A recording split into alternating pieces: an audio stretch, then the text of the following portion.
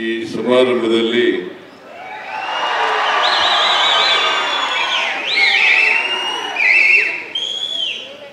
ಭಾಗವಹಿಸಿರ್ತಕ್ಕಂಥ ಸಮಾಜ ಕಲ್ಯಾಣ ಇಲಾಖೆ ಸಚಿವರಾದಂಥ doctor S C Mahadevappa ಅವರ,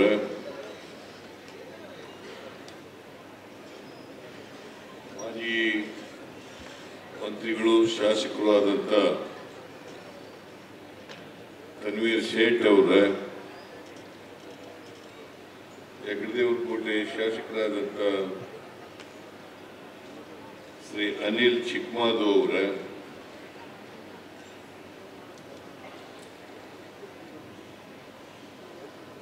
ಕೆಆರ್ ನಗರ ಶಾಸಕರಾದಂಥ ರವಿಶಂಕರ್ ಅವರ, ನಂಜನಗೂಡು ಶಾಸಕರಾದಂಥ ದರ್ಶನ್ ಧ್ರುವನಾರಾಯಣ ಅವರ, ಮೇಲ್ಮನೆಯ ಸದಸ್ಯರಾದಂಥ ಡಾಕ್ಟರ್ ತಿಮ್ಮಯ್ಯ ಅವರ, ಮೈಸೂರು ಜಿಲ್ಲಾ BCM ವಿದ್ಯಾರ್ಥಿ ಹಳೆಯ ವಿದ್ಯಾರ್ಥಿಗಳ BCM ಹಾಸ್ಟೆಲ್ನಲ್ಲಿ ಓದಂತ ಹಳೆಯ ವಿದ್ಯಾರ್ಥಿಗಳ ಸಂಘದ ಅಧ್ಯಕ್ಷರಾದಂಥ ಶ್ರೀ ಶಿವಸ್ವಾಮಿ ಅವರ, ಗೌರವ ಅಧ್ಯಕ್ಷರಾದಂಥ ರಾಮಯ್ಯ ಅವರ, ಇತರ ಎಲ್ಲ ಹಿರಿಯ ವಿದ್ಯಾರ್ಥಿಗಳೇ, ಹಾಲಿ ವಿದ್ಯಾರ್ಥಿಗಳೇ,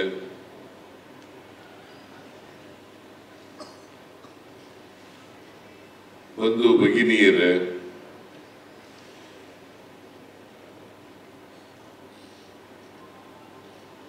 ಮಾಧ್ಯಮದ ಸ್ನೇಹಿತರೆ, ಮೈಸೂರು ಜಿಲ್ಲಾ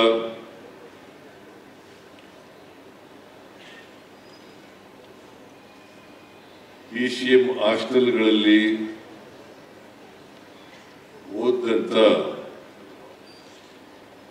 ವಿದ್ಯಾರ್ಥಿಗಳ ಸಂಘಟನೆಯನ್ನ ಮಾಡ್ಕೊಂಡಿದ್ದಾರೆ. ಆ ಸಂಘದ ಉದ್ಘಾಟನೆಗೆ ನಾವೆಲ್ಲ ಇಲ್ಲಿ ಸೇರಿದ್ದೇವೆ. ಅತ್ಯಂತ ಸಂತೋಷದಿಂದ ಈ ಸಂಘವನ್ನ ಉದ್ಘಾಟನೆ ಮಾಡಿದ್ದೇನೆ ಅಂತೇಳಿ ಘೋಷಿಸಲಿಕ್ಕೆ ಬಯಸ್ತಾರೆ.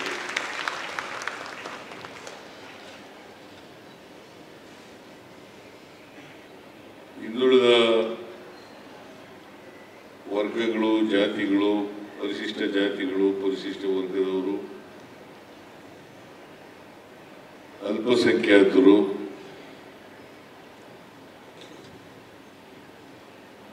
ಎಲ್ಲ ವಿದ್ಯಾರ್ಥಿಗಳಿಗೆ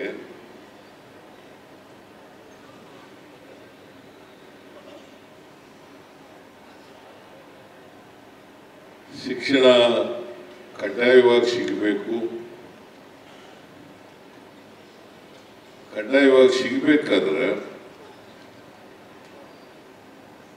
ವಿದ್ಯಾರ್ಥಿ ನಿಲಯಗಳು ಬೇಕಾಗ್ತವೆ. ಯಾಕಂದ್ರೆ ನಮ್ಮ ಸಮಾಜದಲ್ಲಿ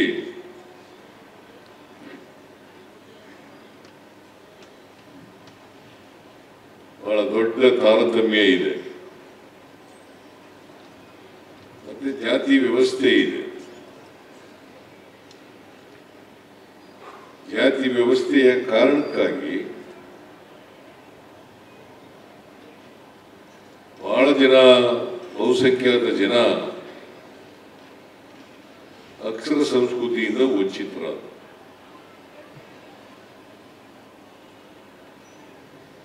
ಈ ಜಾತಿ ವ್ಯವಸ್ಥೆಯಿಂದ, ಅಕ್ಷರ ಸಂಸ್ಕೃತಿಯಿಂದ ವಂಚಿತರಾದ್ರಿಂದ ಬಹುತೇಕ ಜನ ಅವಕಾಶಗಳಿಂದ ವಂಚಿತರಾದರು.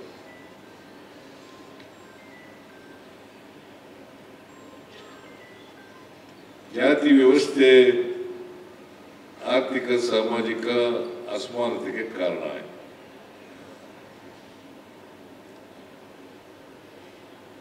ಈ ಜಾತಿ ವ್ಯವಸ್ಥೆಯನ್ನ ಮಾಡಿದವರು ದೇವರು ಮಾಡಲಿಲ್ಲ, ನಾವೇ ಮಾಡ್ಕೊಳ್ಳೋದು. ಪಟ್ಟಭದ್ರ ಹಿತಾಸಕ್ತರು ಈ ಜಾತಿ ವ್ಯವಸ್ಥೆಯನ್ನು ಮಾಡಿದ್ರು. ದೇವರು ಎಲ್ಲರೂ ಮನುಷ್ಯರಾಗಿರಿ, ಎಲ್ಲರೂ ಸಮಾನವಾಗಿರಿ ಅಂತಲೇ ಹೇಳೋದು.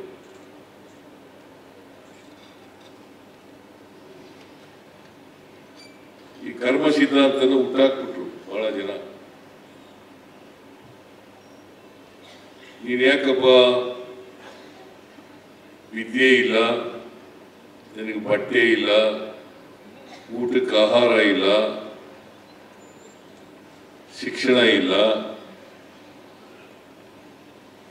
ವಸತಿ ಇಲ್ಲ ಅಂತ ಹೇಳಿದ್ರೆ, ಓ ಸ್ವಾಮಿ, ನಮ್ಮ ಹಿಂದಿನ ಜನ್ಮದಲ್ಲಿ ನಾವು ಏನ್ ಕರ್ಮ ಮಾಡಿದ್ದೋ ಅದಕ್ಕೋಸ್ಕರ ಈ ಜನ್ಮದಲ್ಲಿ ಈ ಫಲ ಆಗ್ತದೆ. ಅದನ್ನ ಬಲವಾಗಿ ಪ್ರತಿಪಾದನೆ ಮಾಡಿ ಜನರಲ್ಲಿ ಬೇರೂ ಬಿಡಬೇಕು, ಅದರಿಂದ ಹೊರಗಡೆ ಬರಲೇಬಾರದು, ಆ ತರ ಮಾಡಕ್. ಆಮೇಲೆ ಇನ್ನೊಂದು ಮೌಢ್ಯ ಏನ್ ಬಿತ್ತಿದ್ರು ಅಂತಂದ್ರೆ, ನೀನ್ ಯಾಕೆ ಹೀಗಿದೆಯಾ, ಬಡತನದಲ್ಲಿದೆಯಾ, ಅನಕ್ಷರತೆಯಿಂದ ಕೂಡಿದೆ, ನಾವೇನ್ ಮಾಡೋದು ಸ್ವಾಮಿ, ನಮ್ಮ ಮನೇಲಿ ಬರ್ದ್ಬಿಟ್ಟವ್ರೆ ಅಂತ ಹೇಳಿ.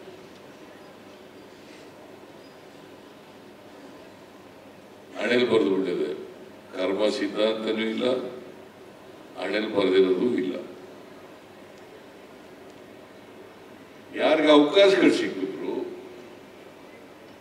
ಅವರೆಲ್ಲ ಮೇಲಕ್ಕೆ ಬರಲಿಕ್ಕೆ ಸಾಧ್ಯ ಆಯಿತು. ಶೈಕ್ಷಣಿಕವಾಗಿ, ರಾಜಕೀಯವಾಗಿ, ಆರ್ಥಿಕವಾಗಿ, ಸಾಮಾಜಿಕವಾಗಿ ಮೇಲಕ್ಕೆ ಬರಲಿಕ್ಕೆ ಸಾಧ್ಯ ಆಯಿತು. ಯಾರಿಗೆ ಅವಕಾಶಗಳೇ ಸಿಕ್ಕಲಿಲ್ಲ ಅವರು ಎಲ್ಲ ಬಡವರಾದರು, ದಲಿತರಾದರು, ಹಿಂದುಳಿದವರಾದರು, ಎಲ್ಲ ಈ ರೀತಿಯಾಗಿ ಸಮಾಜದಲ್ಲಿ ಈ ತಾರತಮ್ಯ ನಿರ್ಮಾಣ ಆಗಲಿಕ್ಕೆ ಕಾರಣ ಆಯಿತು.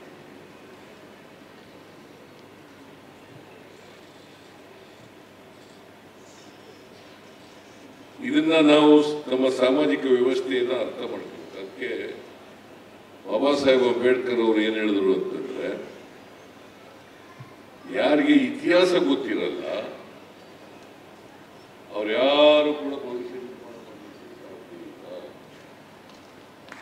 ಇತಿಹಾಸ ಗೊತ್ತಿದ್ರೆ ಮಾತ್ರ ನಮ್ಮ ಭವಿಷ್ಯ ನಿರ್ಮಾಣ ಮಾಡಲಿಕ್ಕೆ ಸಾಧ್ಯ ಅಲ್ವಾ?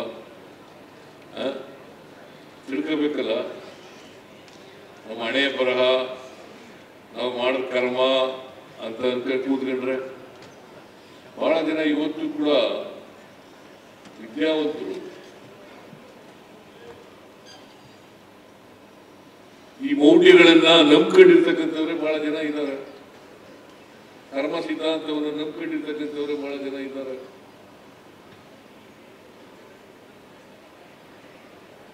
ಯಾವ ದೇವರು ಕೂಡ ಅಥವಾ ಯಾವುದೇ ಧರ್ಮ ಕೂಡ ಕರ್ಮ ಸಿದ್ಧಾಂತವನ್ನ, ಹಣೆ ಬರಹವನ್ನ ಬೆಂಬಲಿಸಲಿಕ್ಕೆ, ಪ್ರತಿಪಾದನೆ ಮಾಡಲಿಕ್ಕೆ ಸಾಧ್ಯ ಇಲ್ಲ.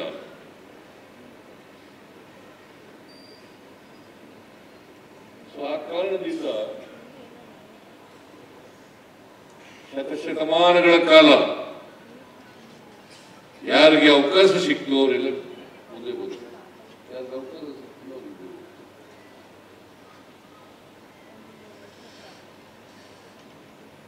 ಇದು ಎಲ್ಲರೂ ಕೂಡ ಮುಖ್ಯವಾಗಿ ಬರಬೇಕು ಅಂತಕ್ಕಂಥದ್ದು ಬುದ್ಧ, ಬಸವ, ಅಂಬೇಡ್ಕರ್, ಗಾಂಧೀಜಿ ಅವರು ಹೇಳಿರ್ತಕ್ಕಂಥ ವಿಚಾರ. ಎಲ್ಲರೂ ಸರಿಸಮಾನರಾಗಿ ಮನುಷ್ಯರಾಗಿ ಬಾಳ್ಬೇಕು.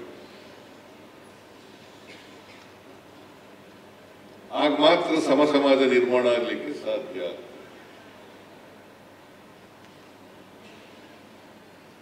ನಮ್ಮ ಸಂವಿಧಾನ 1950 ಜನವರಿ 26ನೇ ತಾರೀಕು ಜಾರಿಗೆ ಬಂತು.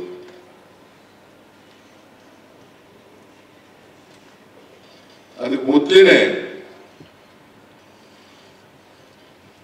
ಮೈಸೂರು ರಾಜ್ಯದಲ್ಲಿ ಆಗ ರಾಜಾಡಳಿತ ಇದ್ದಂತಹ ಸಂದರ್ಭದಲ್ಲಿ ನಾಲ್ವಡಿ ಕೃಷ್ಣರಾಜ ಒಡೆಯರ್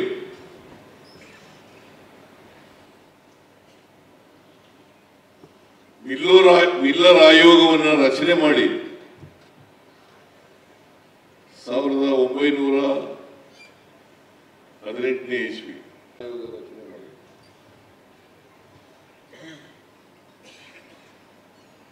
ಆಗ ಸಮಾನತೆ ತರಲಿಕ್ಕೋಸ್ಕರ ಪ್ರಯತ್ನವನ್ನು ಮಾಡ್ತಾರೆ.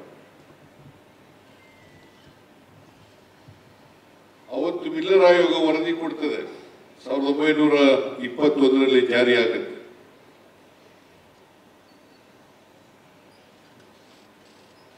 ಅವತ್ತು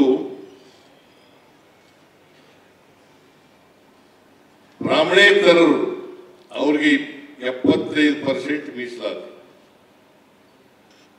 ಬ್ರಾಹ್ಮಣೇತರರು ಮುಸಲ್ಮಾನರು ಸೇರಿ ಕ್ರಿಶ್ಚಿಯನ್ಸ್ ಸೇರಿ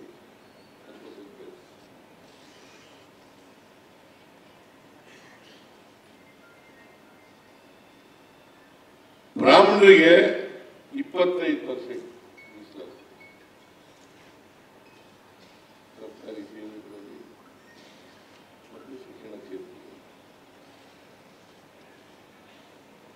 ಮೈಸೂರು ರಾಜ್ಯದಲ್ಲಿ ಇದೇ ಮೊದಲು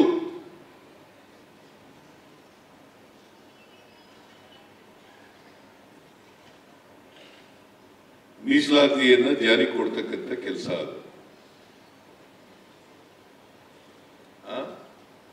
ಇಲ್ಲೂ ಲಿಂಗಪ್ಪ ಏನು ಕೈ ಆಡಿಸ್ತಾ ಇದ್ದೀರಿ?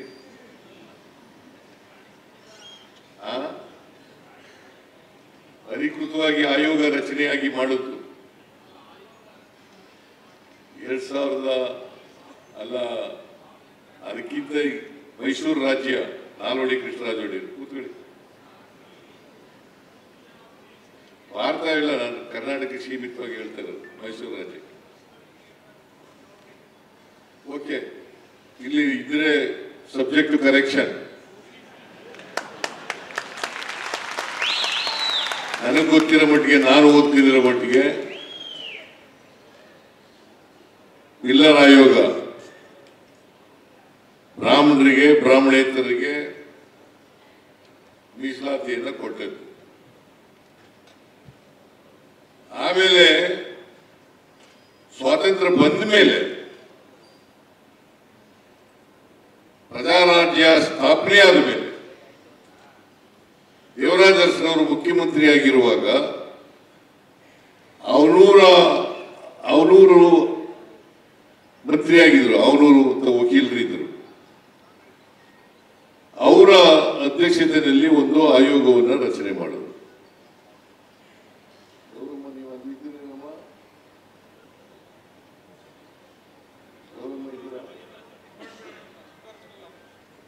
ನೀವಿತರ ಅವನೂರು ಆಯೋಗದಲ್ಲಿ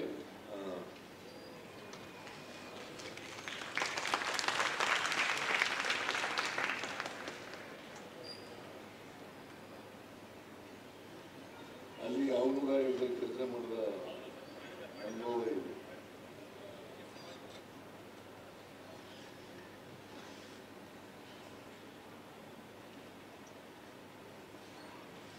ಸಾವಿರದ 1960ರಲ್ಲಿ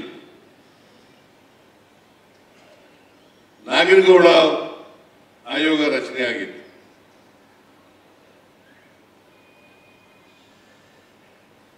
ಎರಡನೇ ಆಯೋಗ ಅದು. ಆಕ್ಚುಲಿ ಸ್ವಾತಂತ್ರ್ಯ ಬಂದು ಮೊದಲನೇ ಆಯೋಗ. ಕಮಿಟಿ ಆಯೋಗ ಅಲ್ಲ, ಕಮಿಟಿ.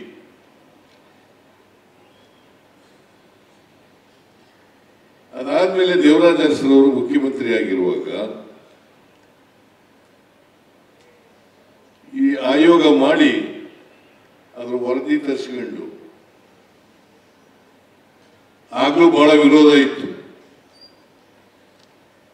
ಬಹಳ ಸುಲಭವಾಗಿ ಜಾರಿಯಾಗಲಿಲ್ಲ, ಬಹಳ ವಿರೋಧಗಳಿತ್ತು.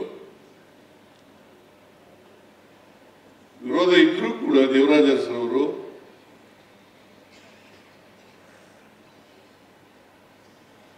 ಜಾರಿ ಕೊಟ್ಟರು. ನಿಮಗೆ 1977 ಅಂತ ಅನ್ಸುತ್ತೆ ಈ ಹಾಸ್ಟೆಲ್ಗಳೆಲ್ಲ ಶುರು ಮಾಡೋದು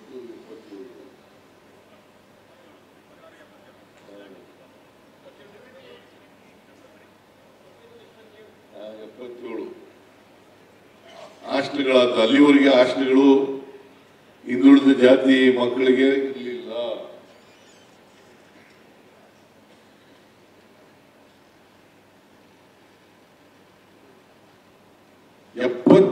ರಿಂದ ಇವತ್ತಿನವರೆಗೆ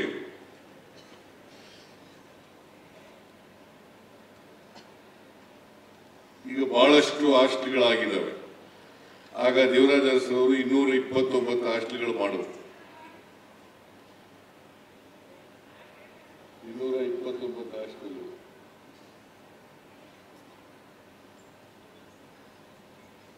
ಅಂದ್ರೆ ಈ ಹಾಸ್ಟೆಲ್ಗಳಲ್ಲಿ ಈಗಲೂ ಕೂಡ 75% ಹಿಂದುಳಿದ ಜಾತಿಯವರು, 25% SC ST ಇರ್ತದೆ. SC ST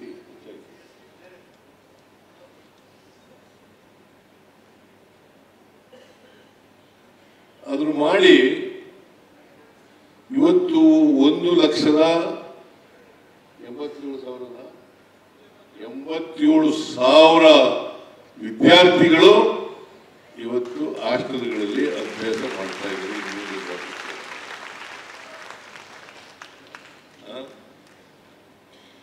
ಅಲ್ವಾ?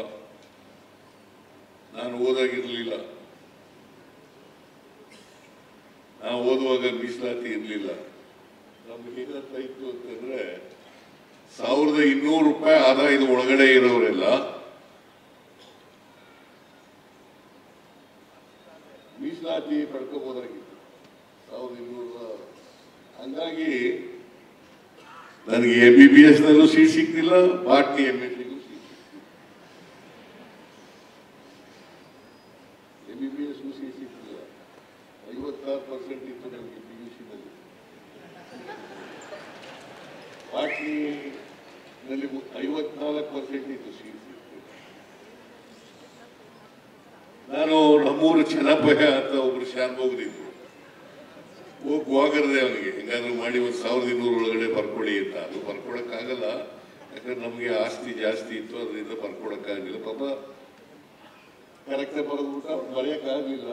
4,000 4,500 ಎಷ್ಟು ಬರ್ದಾಕ್ಬಿಡ, ಅಲ್ಲಿ ಹೊರದಾಕ್ಬಿಟ್ಟೆ ನಾನು. ಯಾಕಂತಂದ್ರೆ ನಾರಾಯಣ ಅಂತ ಬಾಟ್ನಿ ಪ್ರೊಫೆಸರ್ ಇತ್ತು. ಅವ್ರು ಹೇಳಿದ್ರು, ನೀವು ಒಂದು ಸರ್ಟಿಫಿಕೇಟ್ ತಗೊಂಡ್ಬಿಡಪ್ಪ, 1,200 ಒಳಗಡೆ ನಿಮ್ಗೆ ಸೀಟ್ ಕೊಡ್ತೀನಿ, botany seat, botany MSc seat ಕೊಡಲಿಲ್ಲ. MBBSಗೂ ಸೀಟ್ ಸಿಕ್ಲಿಲ್ಲ, ಬಾಟ್ನಿ MScಗೂ ಸೀಟ್ ಸಿಕ್ಲಿಲ್ಲ. ಒಂದು ವರ್ಷ ಹೋಗಿ ಹೊಲ ಒಳಗೆ ಕೊಟ್ಟೋಗ್ಬಿಟ್ಟೆ.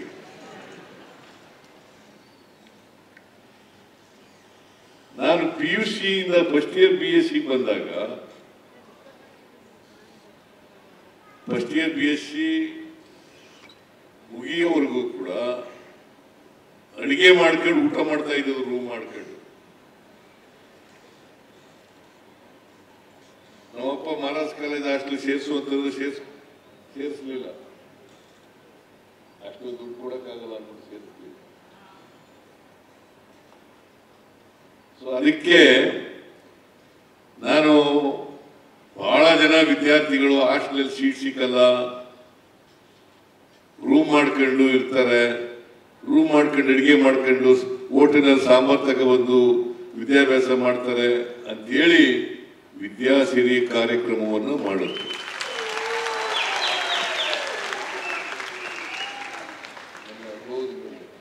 ನಾನು ಚಿಕ್ಕವೀರಯ್ಯ ಅಂತ ಇದು ರೂಮ್ ಮಾಡ್ಕೊಂಡಿದ್ದು, ಊಟ 35 ರೂಪಾಯಿ, ಆಮೇಲೆ 45 ಆಯಿತು. ನಾನು ಲಾಯರಾಗವರೆಗೂ, ಲಾಯರ್ ಆದ್ಮೇಲೂ ಕೂಡ ದೊಡ್ಡ ಇನ್ವೆಸ್ಟ್ನಲ್ಲೇ ಊಟ ಮಾಡ್ತಿದ್ದೆ. ಈಗ ನೀವೆಲ್ಲ ಹಾಸ್ಟೆಲ್ ಇದ್ದವರು, ಇಲ್ಲಿ ಬಹಳ ಜನ ವಿದ್ಯಾರ್ಥಿಗಳೆಲ್ಲ ಹಾಸ್ಟೆಲ್ ಇದ್ದವರು. ಹಾಸ್ಟೆಲಲ್ಲಿ ಊಟ ಚೆನ್ನಾಗಿರ್ಬೇಕು ಅಂತೇಳಿ, ಪೌಷ್ಟಿಕವಾದಂತ ಆಹಾರ ಸಿಗಬೇಕು ಅಂತೇಳಿ ನಾನು ಮುಖ್ಯಮಂತ್ರಿ ಆದಮೇಲೆ ಪ್ರೀ ಮೆಟ್ರಿಕ್ ಸ್ಟೂಡೆಂಟ್ಸ್ಗೆ 650 ರೂಪಾಯಿ ಇತ್ತು. ನಾನು 750 ರೂಪಾಯಿ ಇತ್ತು 13-14ರಲ್ಲಿ. ಅದನ್ನು 900 ರೂಪಾಯಿ ಮಾಡಿದೆ, 200 ರೂಪಾಯಿ ಜಾಸ್ತಿ ಮಾಡಿದೆ, 150 ರೂಪಾಯಿ ಜಾಸ್ತಿ ಮಾಡಿದೆ. ಆಮೇಲೆ ಪ್ರತಿ ವರ್ಷ ನೆಕ್ಸ್ಟ್ ಇಯರ್ 14-15 ರೂಪಾಯಿ ಜಾಸ್ತಿ ಮಾಡಿದೆ. ಆಮೇಲೆ ಇದರಲ್ಲಿ 200 ರೂಪಾಯಿ ಜಾಸ್ತಿ ಮಾಡಿದೆ. ಹಿಂಗೆ ಪ್ರತಿ ವರ್ಷನೂ ಕೂಡ ನಾನು ಇರೋವರೆಗೂ 5 ವರ್ಷನೂ ಕೂಡ ಜಾಸ್ತಿ ಮಾಡಿದೆ. ಇವತ್ತು ಎಷ್ಟಿದೆಪ್ಪ ಅಂತಂದ್ರೆ 750 ರೂಪಾಯಿ ಇತ್ತು ಅವತ್ತು, 850 ರೂಪಾಯಿ ಮೆಟ್ರಿಕ್ ನಂತರದವರು ಇತ್ತು. ಇವತ್ತು 1750 ರೂಪಾಯಿ, 1850 ರೂಪಾಯಿ ಆಗಿದೆ. ನಾನು ಯಾಕೆ ಇದನ್ನು ಹೇಳ್ತಾ ಇದ್ದೀನಿ ಅಂತಂದ್ರೆ, ಹಾಸ್ಟೆಲಲ್ಲಿ ಓದ್ತಕ್ಕಂಥ ವಿದ್ಯಾರ್ಥಿಗಳಿಗೆ ಪೌಷ್ಟಿಕವಾದಂಥ ಆಹಾರ ಸಿಗಬೇಕು. ಆರೋಗ್ಯ ಚೆನ್ನಾಗಿದ್ರೆ ಮಾತ್ರ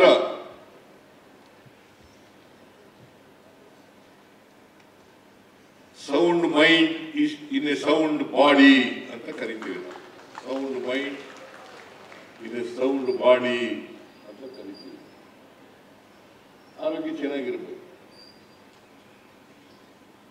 ಅದಕ್ಕೋಸ್ಕರನೇ ಮಾಡೋದು.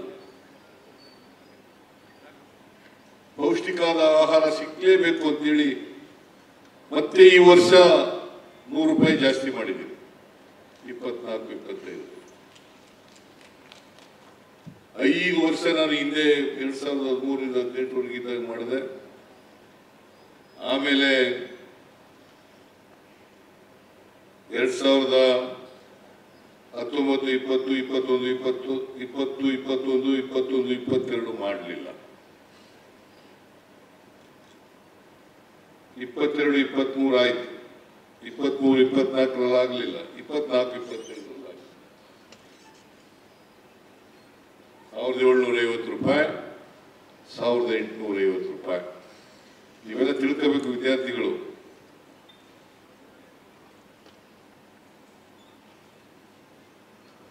ಇಷ್ಟು ರೂಪಾಯಿ ನಿಮಗೆ ತಿಂಗಳಿಗೆ ನಾವು ಕೊಡ್ತಾ ಇದ್ದೀವಿ ಸರ್ಕಾರ.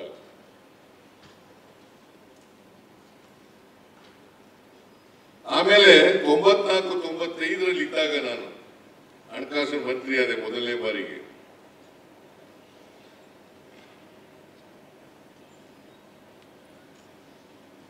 ಎಂಬತ್ತರ ದಶಕದಲ್ಲಿ DSS ಪ್ರಾರಂಭ ಆಯಿತು. ರೈತ ಸಂಘಟನೆ, DSS ಅವೆಲ್ಲ ಸಂಘಟನೆ ಶುರುವಾಯಿತು. DSSನವ್ರು ಹೇಳ್ತಿದ್ರು, ದಲಿತ ಸಂಘರ್ಷ ಸಮಿತಿಯವರು, ನಮಗೆ ಸಾರಾಯ ಅಂಗಡಿಗಳು ಬೇಡ,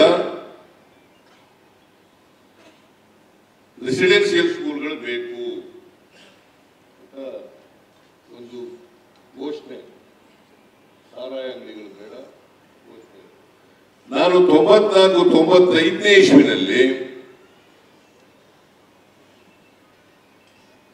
ಮೊದಲನೇ ಬಾರಿಗೆ ಮೊರಾರ್ಜಿಯವರ ಹೆಸರಿನಲ್ಲಿ ರೆಸಿಡೆನ್ಸಿಯಲ್ ಸ್ಕೂಲ್ಗಳನ್ನು ಪ್ರಾರಂಭ ಮಾಡಿದೆ.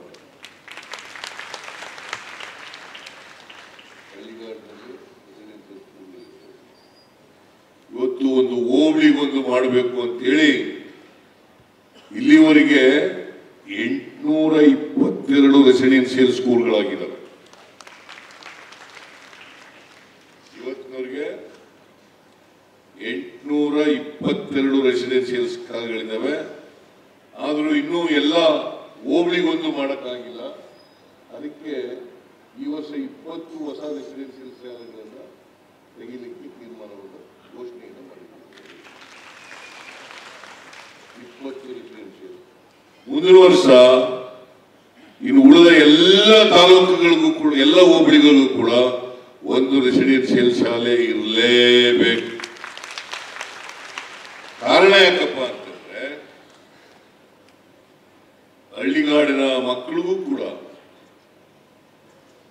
ಗುಣಮಟ್ಟದ ಶಿಕ್ಷಣ ಸಿಗಲೇಬೇಕು. ಅವರು ಕೂಡ ಮುಖ್ಯವಾಗಿ ಬರಬೇಕು.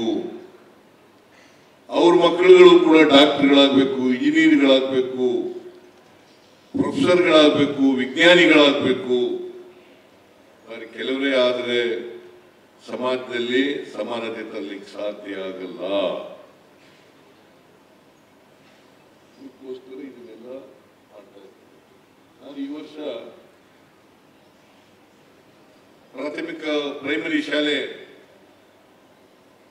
ನಲ್ಲಿ ಓದ್ತಕ್ಕಂಥ 10ನೇ ತರಗತಿವರೆಗೆ ಓದ್ತಕ್ಕಂಥ ವಿದ್ಯಾರ್ಥಿಗಳಿಗೆ ಒಂದಿನ ಮೊಟ್ಟೆ ಕೊಡೋದಿತ್ತು, 2 ದಿನ ಮಾಡಿದೆ. ಇನ್ಫೋಸಿಸ್ನವ್ರ ಜೊತೆ ಮಾತಾಡಿ ಈಗ ವಾರಕ್ಕೆ 6 ದಿನ ಮೊಟ್ಟೆ ಕೊಡೋ ರೀತಿಯಲ್ಲಿ ಮಾಡಿದ್ವಿ.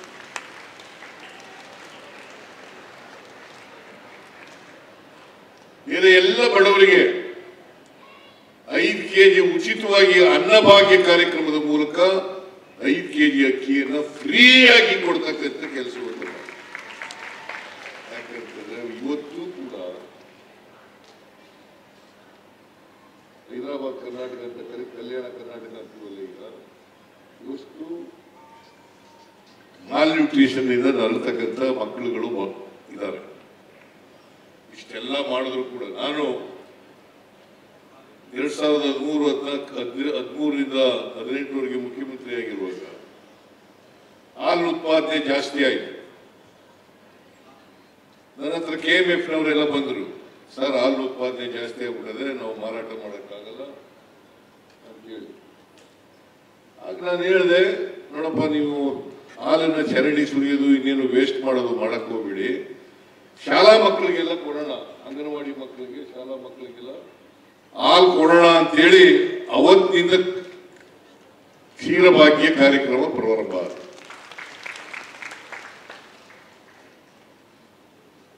ಕ್ಷೀರಭಾಗ್ಯ ಕಾರ್ಯಕ್ರಮ ಇವೆಲ್ಲ ಯಾಕೆ ಮಾಡ್ತಾ ಇದೀವಿ ಅಂತಂದ್ರೆ, ಈಗ ಅನ್ನಭಾಗ್ಯ, ಕ್ಷೀರಭಾಗ್ಯ, ಕ್ಷೀರಧಾರೆ, ಮನಸ್ವಿನಿ, ಮೈತ್ರಿ, ಪಶುಭಾಗ್ಯ, ಶೂಭಾಗ್ಯ. ನಾನು ಒಂದ್ಸಾರಿ ರಾಜಣ್ಣನ ಅವ್ರ ಕಾನ್ಸ್ಟಿಟ್ಯೂನ್ಸಿಗೆ ಹೋಗಿದ್ದೆ. ರಾಜಣ್ಣ ಕಾನ್ಸ್ಟಿಟ್ಯೂನ್ಸಿ ಯಾವುದಾದ್ರು ತುಮಕೂರು ಜಿಲ್ಲೆ ಮಧುಗಿರಿ, ಅಲ್ಲಿ ಹೋಗಿದ್ದೆ. ರಾಜಣ್ಣ ಹೇಳಿದ್ರು, ಸರ್ ಬಡವ್ರ ಮಕ್ಕಳು ಶೂ ಹಾಕಕ್ ಬರಕ್ಕಾಗ್ತಾ ಇಲ್ಲ ಸರ್, ಶ್ರೀಮಂತರ ಮಕ್ಕಳು ಮಾತ್ರ ಶೂ ಹಾಕೊಂಡು ಬರ್ತಾರೆ, ಈ ತಾರತಮ್ಯ ತೆಗೆದಾಕ್ಬೇಕು ಅಂತ ತಕ್ಷಣ ಶೂ ಭಾಗ್ಯ ಕಾರ್ಯಕ್ರಮ ಘೋಷಣೆ ಮಾಡಿದ್ರು.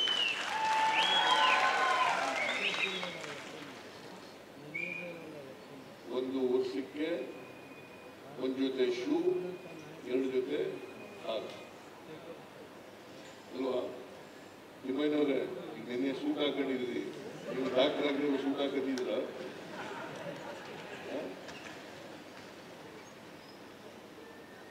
ನಿನ್ನೆ ಅವರ ಕಾಲೇಜು ಶತಮಾನೋತ್ಸವ ಆಚರಣೆ ಮಾಡ್ತಿತ್ತು, ಮೆಡಿಕಲ್ ಕಾಲೇಜ್. ಅವರು ಹುಣಸೂರು ಸಡುಕಾಶ್ನವರು 64ರಲ್ಲೇ ಮೆಡಿಕಲ್ ಕಾಲೇಜ್ ಸೇರಿದ್ರು. ಈಗ ಸೂಟ್ ಹಾಕೊಂಡು ಸ್ಟೇಟ್ ಆಫೀಸರ್ ಆಗಿ ರಿಟೈರ್ಡ್ ಆಗಿದ್ದಾರೆ.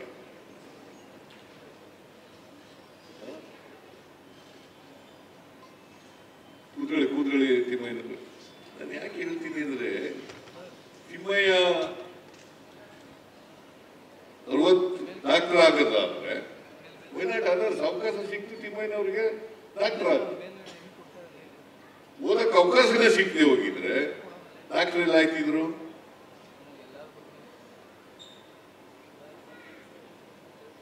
ಈಗ ನಮ್ಮ ಊರಿನಲ್ಲಿ ನಾವು ಓದಬೇಕು ಅಂತ ಒಂದು ವರ್ಷ ಎಷ್ಟು ನೀನು ಮಾಡ್ಬಿಟ್ಟು ನಾವು ಓದಕ್ಕೆ ಅಂತ ನಮ್ಮ ಅಪ್ಪನ ಕೇಳಿದೆ.